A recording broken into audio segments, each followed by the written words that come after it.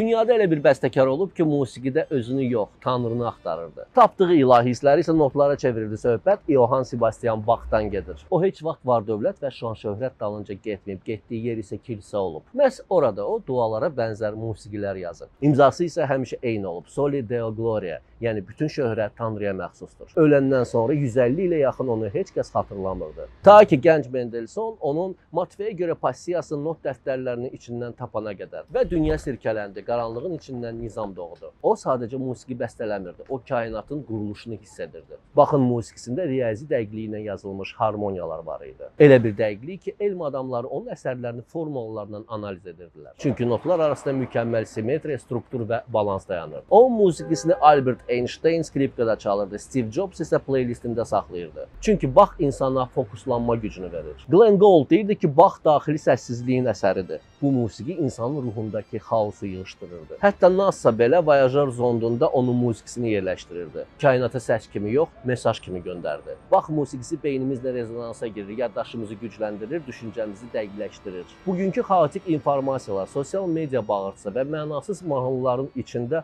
Bach bir nəfəsdir. Baxı dinləmək lazımdır.